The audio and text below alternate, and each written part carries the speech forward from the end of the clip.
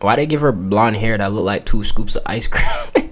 No way, I got 2 scoops of hair. And why her belly sticking out? And the fat nigga, the real fat bitch that's on the floor, her belly ain't sticking up. But why her belly popping out? And why this nigga in the back? Is this a bitch or a nigga? Why his shirt like? Is that a bitch or a nigga? Talking money, nigga, talk about a fact. Shorty be Latina, so I'm throwing up my cash. Shorty got a little clip, we really butterfish. Shorty wanna take a pic, so I will fight it. But I got my red blonde hair, she's singing on my songs. I'm with my white boy, so he's smoking on the box. What's good, YouTube? Globe Gringy here, back with another banger. Today we got a special reaction for you. You know what I mean? Antonio speaks black representation in TV shows. Let's get it. Black representation in TV shows. Let's talk about it. So for context, I was born in 2001. I grew up watching a variety of cartoons, sitcoms, and whatever the big three had to offer at the time. When I was younger, I never really paid attention to these films in a deep way. I just consumed it. But whenever I did see a black character, man, it made me happy. I say this all the time, but representation. You know what I hate though? I hate them motherfuckers. I hate the black characters with the fucking Killmonger. Fucking Echo. They gave this nigga the Killmonger. Why the fuck his dreads look like that, my nigga? I ain't never seen a nigga with dreads like that in real life. The nigga from Spider-Man. Ah, the Killmonger. Ah, the Killmonger. These are the worst dreads. These are the worst dreads. The Killmonger. The Killmonger. They gave my nigga the Killmonger. These little instances of seeing people that look like you or not will affect you on a psychological level. That is why in 2026 is so infuriating, because even the thought of a black lead will have everybody mad. I hear that. Looking back on some, I hear that. Yo, Danny Phantom was peak. Danny Phantom was peak, but I didn't grow up watching it. I had to grow up a little bit and then come back to it, because I didn't grow up. It wasn't my time. Like, I don't even think I was born. Yeah, 2004, I wasn't even born, but I still watched it though. I don't think I completed it. some of my favorite childhood shows. Yo, Gwen was a baddie, fam. And just point out how. Yo, Andre! Andre! What's he doing now? You gotta check, bro. We gotta check that nigga out, bro. What's he doing now, bro? Bro, okay. I see you, Leon. I see you. Okay. Lately, there has been a trend of people doing videos mocking the stereotypical black character. Hey, girl, what's wrong? You look like somebody just ate the last rib at the cookout. Cookout? What does that mean? Oh, girl, just be grateful you ain't got 12 little brothers and sisters, because, woo, being stuck in the cycle of poverty is a trip. It's trifling. Well, Sarah has been bullying me. She's bad, though. Oh, girl, what? Let me just nip this in the But I don't trust light skins. But right quick, cause ain't nobody gonna be bullying my beautiful light-skinned main character best friend. Okay, girl. All I think about now is the stupid chemistry test. I mean, I can't eat. You can't eat? Girl, it's worse than I thought. By the way, Case, I think we should study together this weekend. Thanks, Reginiqua. You're the best. Reginique.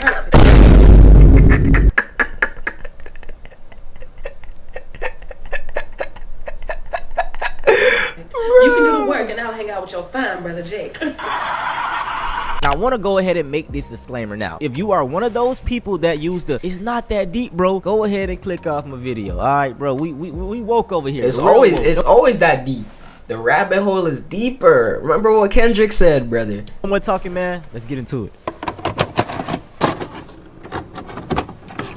I highly recommend the act of rewatching media. Nostalgia plays a huge role in why we love things, and this can skew the validity of whether it was good or not. It makes sense because when you were younger, you were happier. So a lot of times people associate these happy times with whatever they were consuming at this time. TV shows, cartoons, and it's just considered automatically good. Now, it's also great to rewatch media because you can get a different perspective. The way you digest a show at 8 years old versus your adulthood will contrast. Definitely. And I can even relate with that in like video games. Like when I was younger, I feel like I was trash at the game, but once I got older and went back to the game, then it's like, damn, I was just low-key just stupid, you know what I mean? So it's like, yeah, I can relate to that, yeah.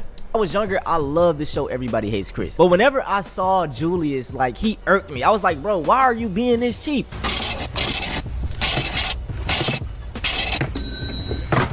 Bro, obviously, that's an over-exaggeration. But my dad is cheap. My dad is pretty cheap. He loves hoarding shit, bro. I get it, though. It's an over-exaggeration. They're trying to make it funny. $2.89 worth of food. Fast forward to 2026, I'm a father of my own, living in this economy. I understand your big. Okay, that's all we had to get.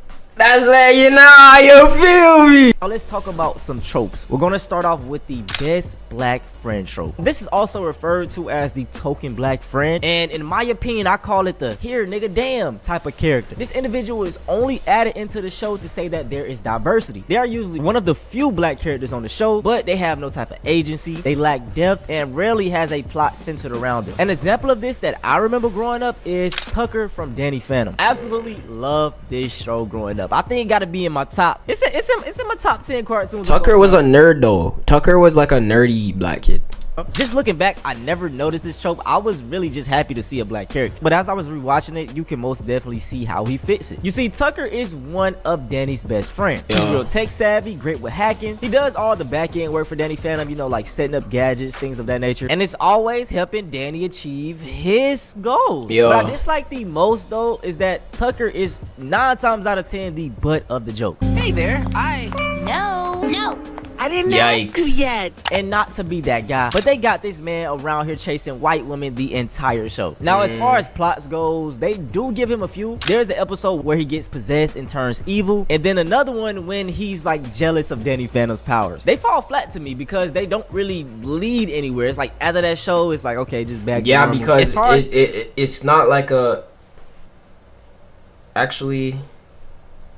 It's not a show you watch for like so much depth. Of course, Danny Phantom has depth, but it's not so much depth as like a Naruto or like they're not going to different characters and really going deep. Like in Naruto, if Naruto is your favorite character in Naruto, you're an NPC. You're an NPC. You're an NPC. Because I wasn't watching Naruto for specifically Naruto. I was watching Naruto for Itachi, for Sasuke, for Gaara. Like the side characters is what really turned me up. You know what I mean? His art goes, I think it could have went a little better. By the end of the show, he basically realizes that he's the sidekick. Like, he just stand in his place, and Danny Phantom, the white man, is his show. Maybe I'm tripping. If you watch the show, let me know how y'all feel about it. Now, this example, you don't even gotta debate it. Tebow from iCarly, he fits this trope perfectly. He isn't specifically anyone's best friend. He's more of like friends with everybody in the group. The main cast of iCarly has no black people, okay? And Tebow is just one of the 2 recurring black characters on the entire show. It's him and then Principal Franklin. Despite being in 25 of the 97 episodes, there is no depth to Tebow at all. All we know about him is that his real name is Terrence. He's the manager or owner. I was thinking about the Eminem shit. I was thinking about Clarence lives a good home with his both parents, some shit like that. Movie smooth, like we never get a definite answer. And I want to say he's Jamaican. I think they hinted at it but didn't necessarily say it. But just because he's a black man with dreads don't mean he's Jamaican. He's Jamaican, bro. He's Jamaican. Stop playing. You know, we still don't know that. But in short, we know so little about him because he is strictly used for comedic relief. He's loud, funny, over-exaggerated, and he got this gimmick of like putting different foods on a stick. Nigga, how the hell you do that? He's a very loved character, so it's just disappointing that we couldn't get more from him. You know, maybe I don't want more from him though. He served his role. I don't want more from him. A little bit about his backstory, how he got into the smoothie business. Now, adding a main character, black character, that would be cool. But I don't want more from T-Bone. He's just he's there what he's meant for. But if they added like a main character, black character, then I'll be like, I bet I'm fucking with it now. I'm fucking with it. Etc. Right? They did my boy dirty, man, and this is a common theme that you will see in Dan Schneider films.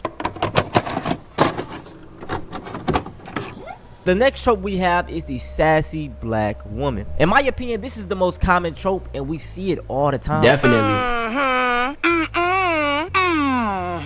The Willie T. Ribs racer cheerleaders are about perfection, hard work, sweat, tears, But why she got blonde hair though? Why they give her blonde hair? That's weird. That's the weirdest part. Not even the fact that, you know, she's fat. Why they give her blonde hair that look like 2 scoops of ice cream? Yo, I got 2 scoops of hair. And why her belly sticking out? And the fat nigga, the real fat bitch that's on the floor, her belly ain't sticking up. But why her belly popping out? And why this nigga in the back? Is this a bitch or a nigga? Why his shirt like? Is that a bitch or a nigga? This is where black women is written as loud, having a lot of attitude, overprotective of their main white lead, and in the name, sassy. They also love doing that hand on the hip, you know. Which is it's a fair stereotype, but it's an overplayed stereotype. I see where he's coming from. It's a fair stereotype because black women are sassy, but it's a overused stereotype. Kind of like, oh, all black people like watermelon and shit. It's overused. Find something else. Finger wag, neck roll thing. Y'all know what I'm talking about. A great example of this trope that I remember is Ivy from Good Luck Charlie. You could also debate that she fits the best black friend trope as well. Now in the show, it's starring Teddy, and Teddy has a best... I remember the name of this show. I don't remember watching this show. No. I remember watching this show. I don't remember anything about this show.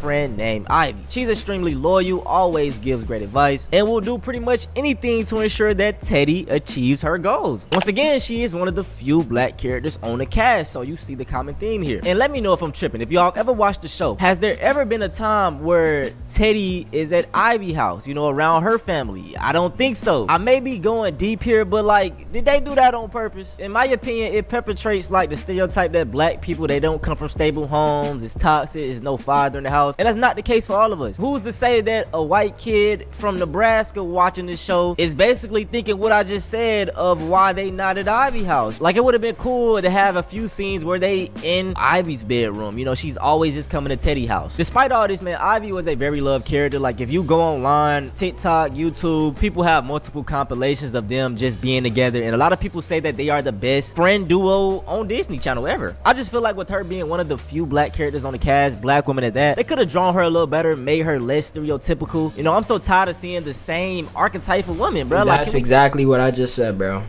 Get like a girly girl, a goth black girl, yeah. Like, you know, mix it up, bro. We want something different. Another example I remember very early on is Lashana from Total Drama Island. Man, I was rewatching back this show, and I was like, she was funny though. She was funny. How did my parents let me watch this? It's so... My parents didn't let me watch that show. I was still watching that bitch though. I ain't gonna cap, bro. Cause that bitch was tough, bro. You could've. That's my favorite. That's my favorite like cartoon of all time.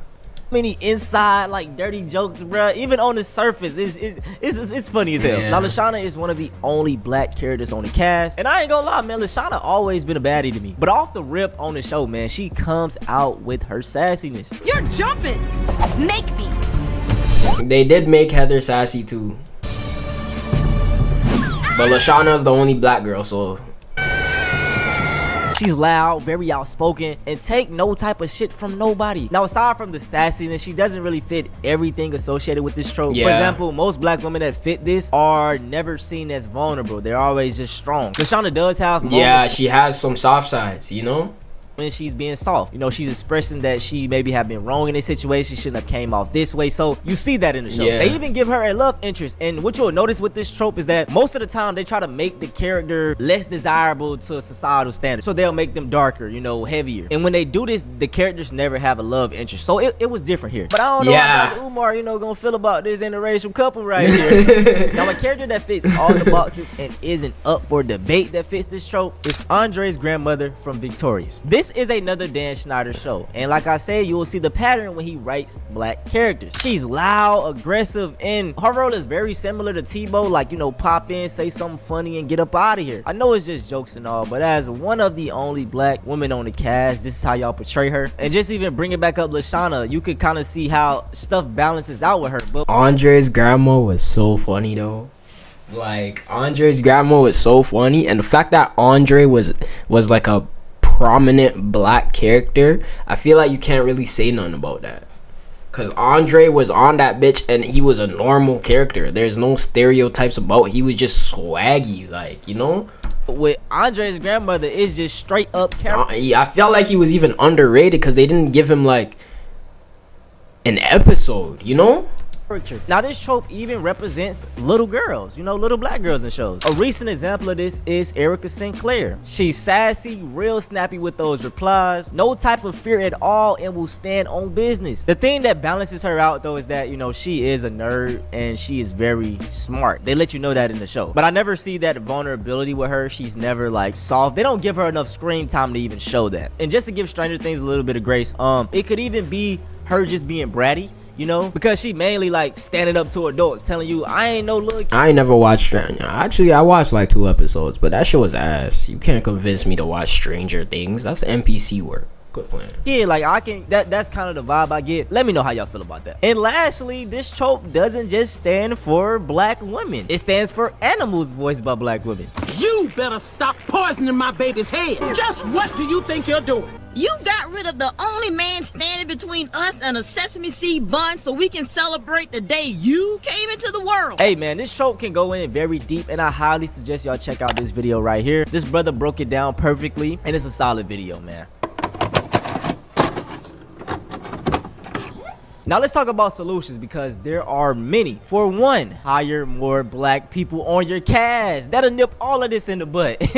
I don't feel like these writers do this on purpose. I think they just see examples because it shows so much, so they just end up thinking that it's true. I say this all the time, man, but most white folks don't really have interactions with us. The way they perceive us is the way they see us on TV, social media, etc. So they model it after these things. And let's say you do want to have in a sassy black woman character or a black best friend trope right here. You can balance it out by adding other black characters that don't fit those tropes. You can have a sassy black woman, but also add in a gothy girl. Sprinkle in a girly girl over here. You know what I'm saying? You can mix it up. And if your character is one of the only black people, give them depth as well. Let them be able to stand on their own. Have them have a plot every now and then. You know, that's just all we asking for. But that's it for this video though, man. I hope y'all enjoyed. That's fair. That's fair.